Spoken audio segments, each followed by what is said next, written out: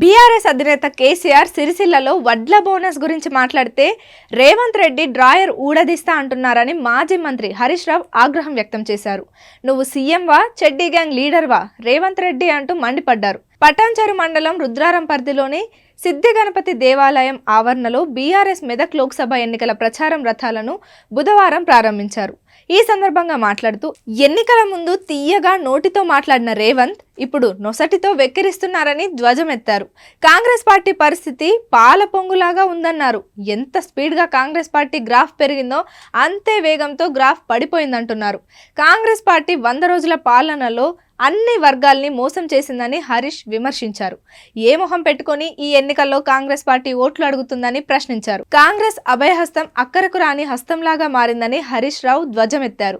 గులాబీ జెండా పుట్టినప్పటి నుంచి మెదక్ లోక్సభ స్థానాన్ని బీఆర్ఎస్ గెలుస్తున్న విషయాన్ని హరీష్ రావు గుర్తు చేశారు. మళ్ళీ మెదక్ లోక్సభలో తిరుగులేని మెజారిటీతో గెలుస్తామని ధీమా వ్యక్తం చేశారు.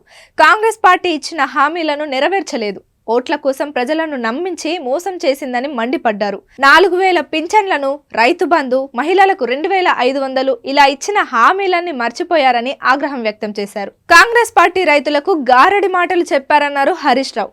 రేవంత్ రెడ్డి కేసీఆర్ పై తిట్ల పురాణం మొదలు పెట్టారని ధ్వజమెత్తారు. కాంగ్రెస్ పార్టీకి ఓటు వేసింది రేవంత్ రెడ్డి తిట్ల కోసమా అని ప్రశ్నించారు.